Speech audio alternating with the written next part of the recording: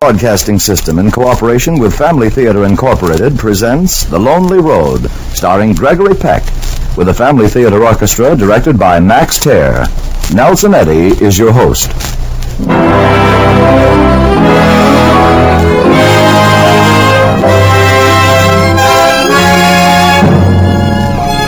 More things are wrought by prayer than this world dreams of.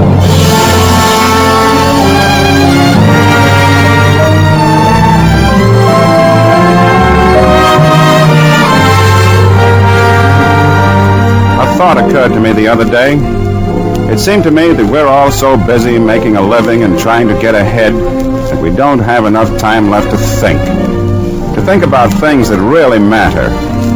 Certainly it's important to have food to eat and clothes to wear and a roof over our heads. Those are tangible things you can reach out and touch.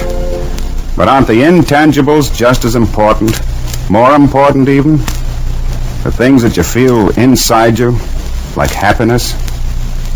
You know, things like that are worth a little thought too, because probably it's harder to be happy than to get ahead.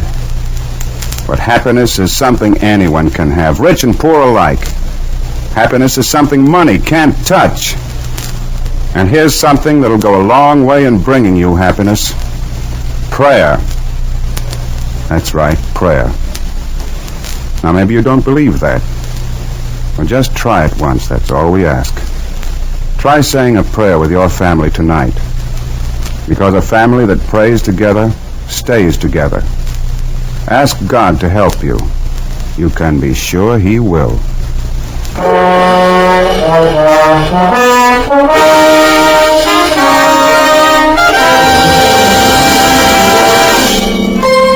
That this nation, under God, shall have a new birth of freedom, and that government of the people, by the people, for the people, shall not perish from the earth.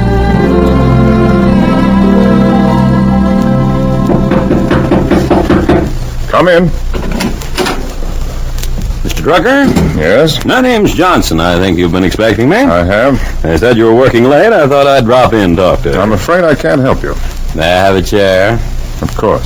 Thank you. I suppose you know what I'm here for. Yes, that's why I said I'm afraid I can't help you. Oh, I think you can. I think you will. What you've come here for is to buy off the bill. Is that right?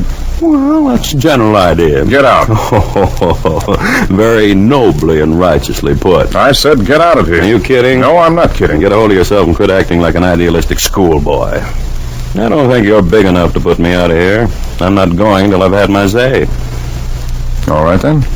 Talk. Tomorrow you're going to introduce a bill before the House. Because of its public ownership's nature, chances are it'll have a successful passage. Go on. The interests I represent stand to lose heavily if it passes.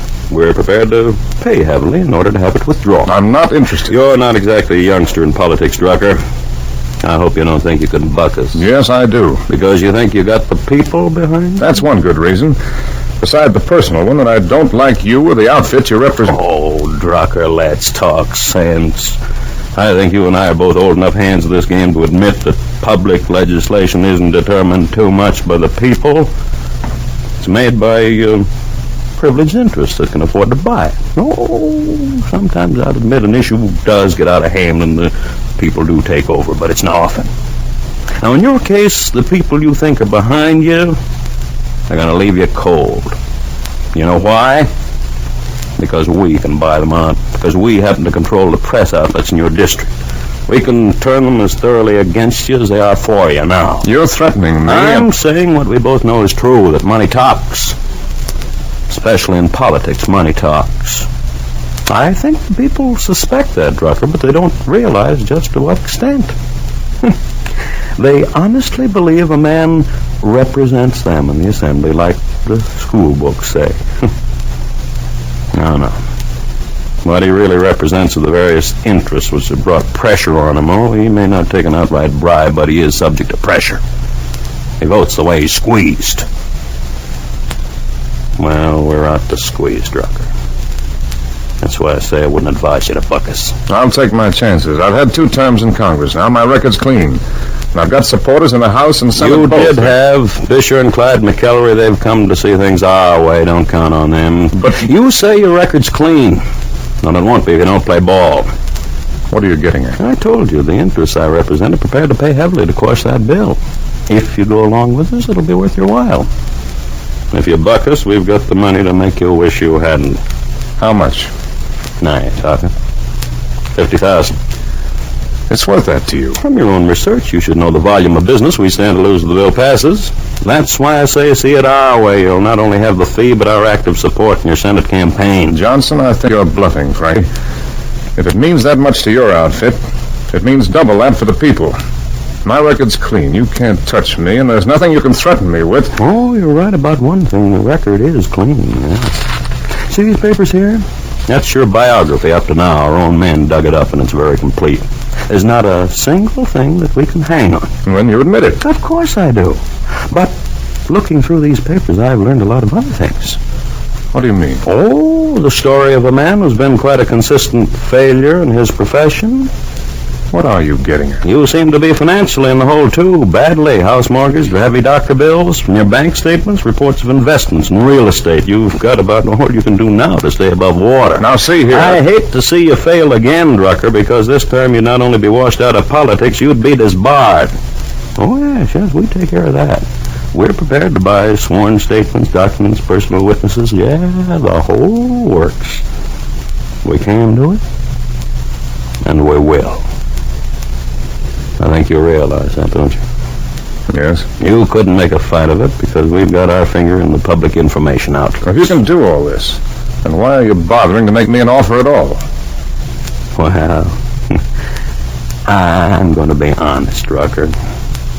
You know, breaking you would be a messy business. In the course of it, perhaps some unpleasant things might possibly come out against us. Well, we'd prefer to avoid the whole thing, but if you hold out, we have no choice, and we'll go through with it. Well, even if I wanted to back out, how could I? Tomorrow's the day. Don't show up. But I could. 50,000 would set you on your feet. You and your family could climb out from under the debt, and your wife might stand a better chance of getting her health back. That's what you got to think of. You know, you may think that ideals can carry you through, but believe me, Drucker, if you don't sell out, you're through.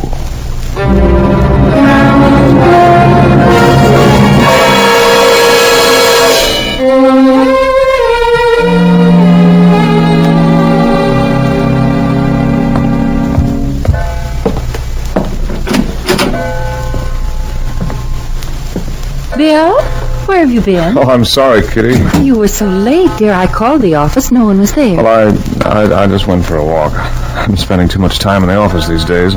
What's wrong, Bill? Well, nothing, darling, nothing. Well, you look worried. Oh, I'm all right, Kitty. It's you. What was the report today? Oh, about the same. You know, it'll take time. You know, he said it would take time. Well, did he seem to think there was anything to worry about? No, dear, the x-rays didn't show up anything. He feels we've got a good chance to lick it, whatever it is, before it gets started. Kitty. Oh, there's nothing to worry about, Bill. Everything's coming along fine. Sure. Where's Marcia? In bed.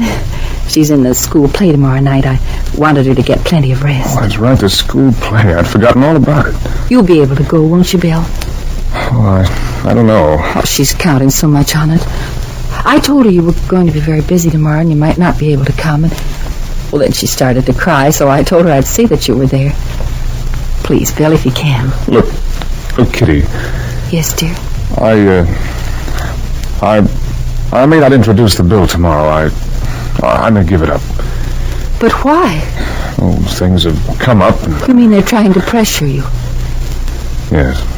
But you're not going to give in to them. Well, I don't know. I don't want to. Bill, you've never done that in your life. Never. Well, they've bought out Bishorn and the others. I can't buck them alone. But, Bill, the whole district's behind you in this. Everyone.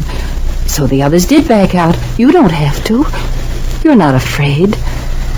I am afraid, Kitty. I'm afraid the way I've been in my whole life. They're big. They can ruin me. They've done it to others. I want to fight back, but they're too big. I haven't got a chance. But the people, Bill, you've got the people with you. You've always trusted them. Why are you afraid now? Well, the people that...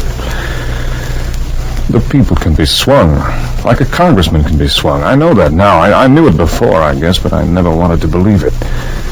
If you've got enough power, Kitty, you can buy laws, men, everything. And what you don't buy, you can break. Oh, Bill, what? Well, what's going to happen to you and Marcia if I buck this outfit? If something happens to me, do you think the people will take care of you? Do you think they'd even remember I tried to fight for them? No. I've got to do like everyone else. Look out for my own.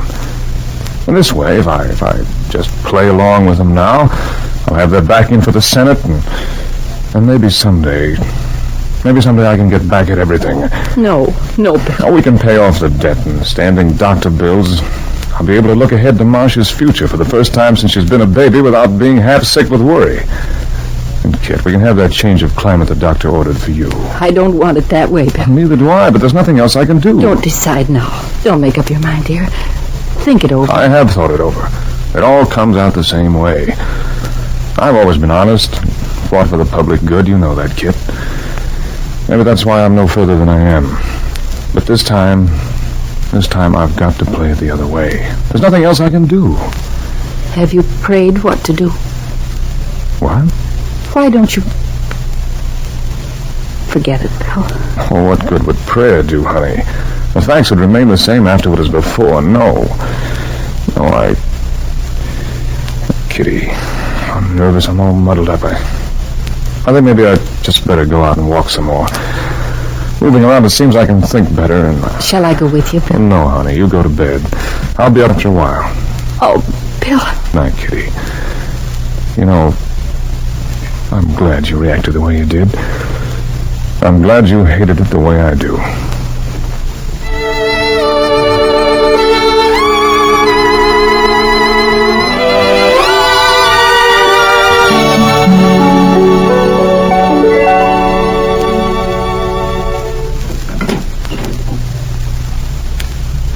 Marcia? Is Daddy home, Mama? Are you awake, darling? I heard Daddy downstairs. Is he coming up? No, not now, dear. Daddy wants you to go to sleep so you'll be very good in the play tomorrow. Is he coming, Mama? Yes, dear. He'll be there. Marcia, have you said your prayers yet? Yes. Would you say another one? For Daddy. But I already did. With me, Marcia. Here, give me your hands. But what should I say, Mama? Whatever you want to say, dear. You see, Daddy needs a lot of help now. He needs it tonight. And it's something I can't give him. Or you, dear. Or anyone. So perhaps if you and I ask together that help will come to Daddy, maybe it will. And he'll know what to do then. Do you understand, Marcia? I think so. Then just hold my hands, and we'll both ask together. Just quietly in our hearts, without a word.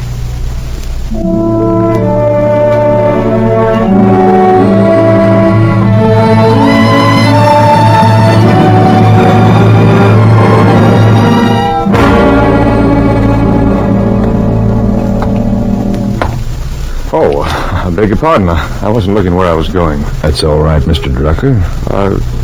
Sorry, I don't believe I... You're wondering who I am, is that it?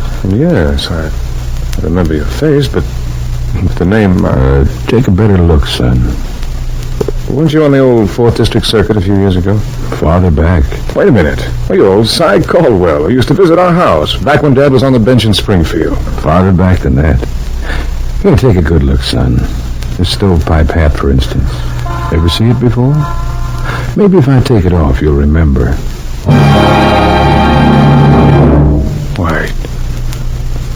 Wait, you're... Say it. What are you afraid of, son?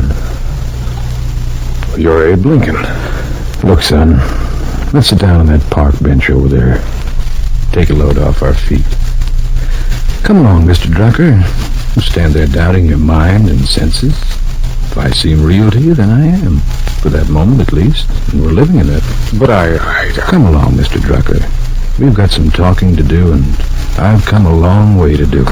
Oh, Mr. Lincoln, why are you here? Well, the way I see it, you're in trouble, son.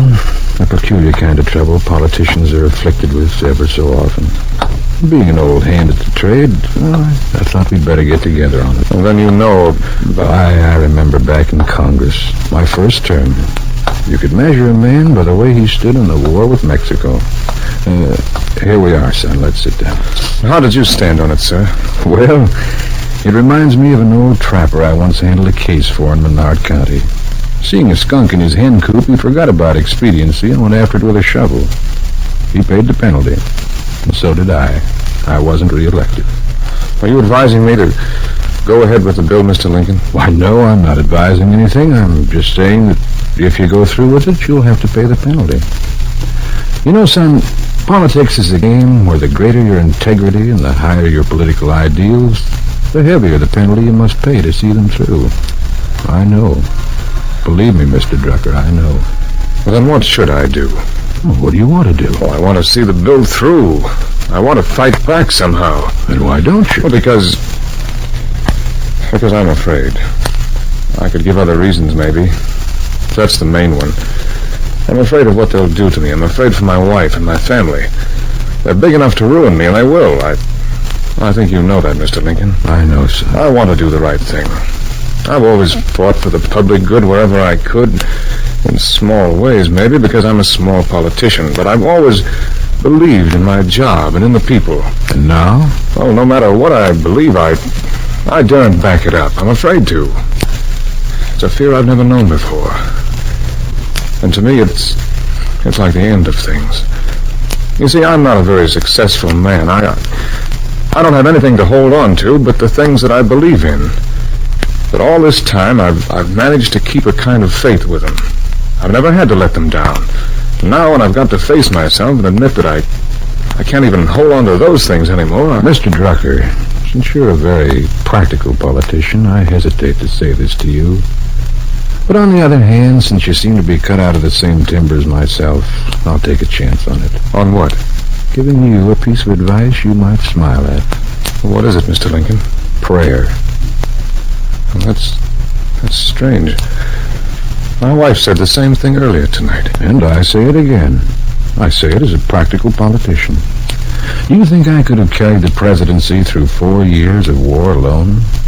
Mr. Drucker, I say it to you now the same as I said it to Mr. Stanton and Mr. Chase. Alone by myself, I would have faltered in my first month in the White House. I would have failed before the year was out. Only because I believed myself a channel for the Almighty to work through. Only because I kept that channel open through prayer was the union of these states preserved. But how could prayer... Look at it this way, son. Every man is a channel between God and his fellow man. You can either block that channel and go on your own way, or you can keep it open and let him do the rest. Take your catchwords: freedom, equality of man, all your political ideas. Where do they come from? What are they but the reflections of God's divine authority caught in the mirror of man's mind?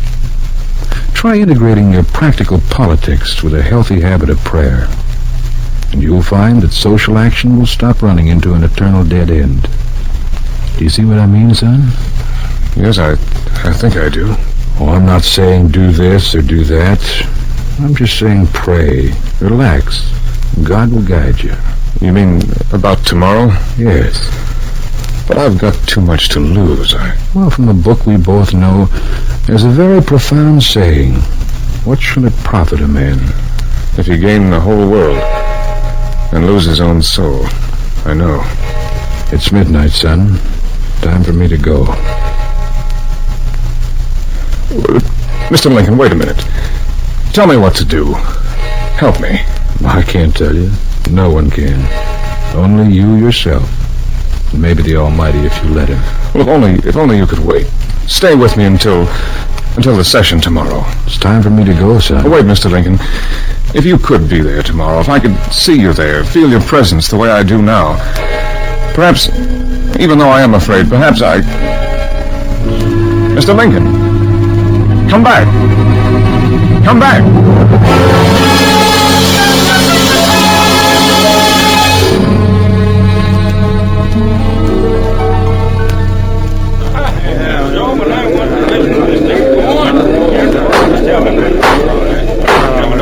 The next business before the House is the Waterways Authority Bill, number 1208, prepared by Congressman William Drucker of the 4th Congressional District. Mr. Drucker. Mr. Drucker of the 4th Congressional District. Yeah, he's not here. Probably scared him out. It's lucky he isn't showing up. He'd be a fool to present it. Hey, Bill. Bill, I told you wouldn't have to worry. He won't show up. Like I've always said, there's not a politician anywhere, no matter how moral, who hasn't got his price or his pet fear. Now, this Drucker was just a poor... Hey. Oh, wait a minute. What? Why, it's Drucker. He's coming in. Well, he must be crazy. You're going to have trouble on your hands, Johnson. It's nothing to what he's going to have happen to him. So every politician has his price. Oh, shut up, you...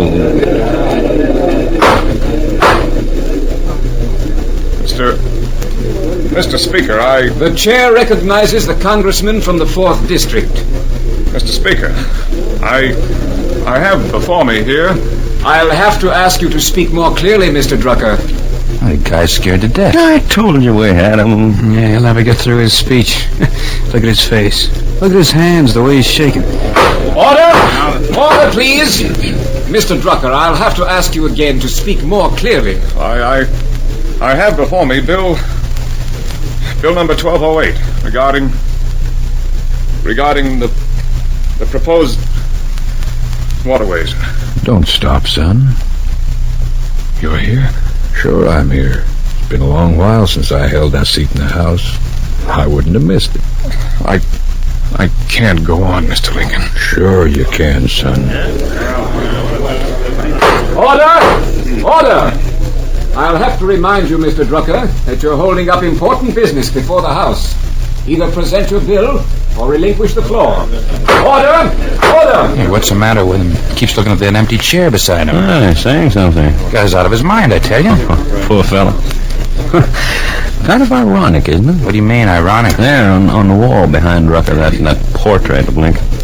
I wonder what honest Abe would have thought of such a performance. You know something, Bill? There was the man who would have fought us to the finish. And now, under his portrait, poor Drucker is cracking up. Go ahead, son. Stand up and tell them. But I can't. My voice, my legs, I'm shaking. I can't. I said you can, son. There's a power working through you, and I know that nothing can stop. But just to turn around and face them and talk. Because I'll be talking through you, and you won't have to be afraid of anything. Go on, son. All right, Mr. Lincoln. If you say so. Mr. Speaker. Mr. Speaker. I beg pardon of the House and the chair for my unwarranted delay in presenting this bill. Before I do so, I want to say this. I realize, as each of you do, that the presentation of this bill means the end of my period of service within these chambers. A certain powerful interest in the state, which all of you know, offered me a substantial fee to withdraw this bill from the House agenda. It would have been easy to do. The fee would have been easy to accept. And the pressure that will be brought to bear on me now can have only one result. I present this bill to you now, fully aware of the consequences which will follow. I do so in the lonely hope that from my action some of you and others not yet in these chambers may draw the confidence and will to stand against the pressure from outside interests which is constantly being brought to bear upon us, and to legislate only for the people who have sent us all down here.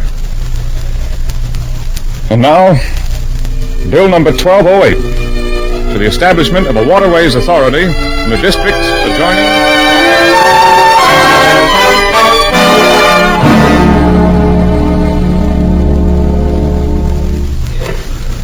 Well, son, it's time for me to go again.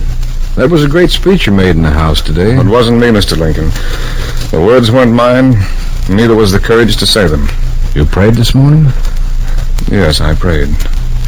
My wife and I and the little girl together. Well, then go along with it. You won't be needing me any longer. How can I thank you, sir? Oh, you've already done it. speech you made today, it was thanks. Every word of it was thanks. There aren't too many honest politicians, son. When I find one, I'm grateful, and I'm glad for America. I know I've done the right thing now, no matter how badly they hurt me. They won't hurt you, son. Believe an old hand at the game. Whether you know it or not, your speech was copied word for word today.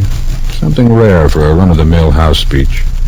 And it's gone out across the country on all the wires. Oh, they'll hit you, son, hard, but you'll have the people behind you. And the people will know. They'll back you up. You'll come through, William Drucker.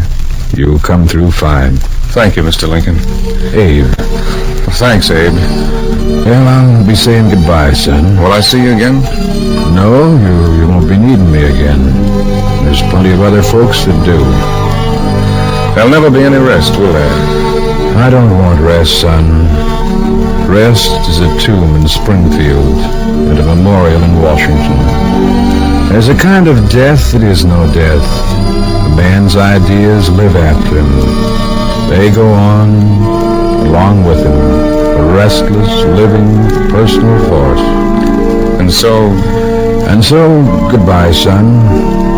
I don't think you'll ever need me again, but if you do, I'll know where to find you. Goodbye. Good luck to you, son. Goodbye, Abe Lincoln.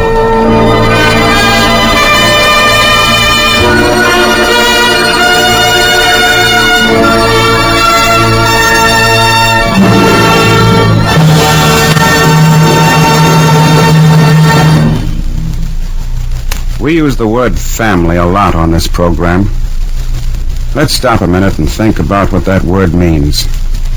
Oh, yes, a family means a lot of headaches and troubles. But a family means a lot more than that.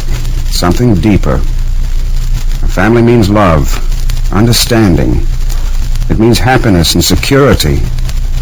Having a family means having what's really worthwhile in this life. And you know a wonderful way for a family to work together and stay together? It's to pray together. Because it is true that more things are wrought by prayer than this world dreams of. Try it. You'll never know how much a prayer can do until you've said one. The family that prays together stays together.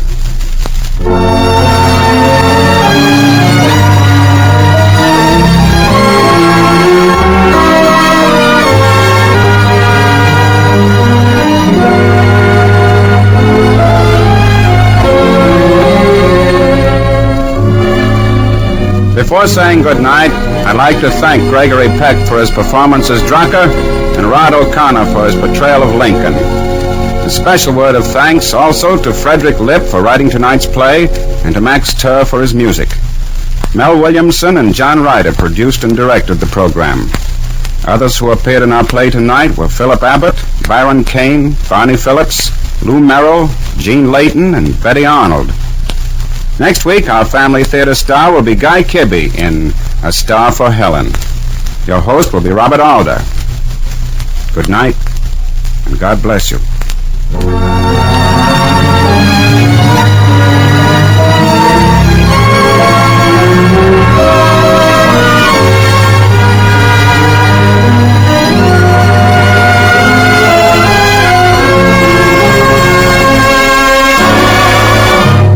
This series of the Family Theater broadcast is made possible by the thousands of you who felt the need for this kind of program, by the Mutual Broadcasting System, which has responded to this need, and by the actors and technicians in the motion picture and radio industries who have volunteered their services to fulfill it. This program is heard overseas through the facilities of the United States Armed Forces Radio Services. Tony Lofrano speaking. This is the Mutual Broadcasting System.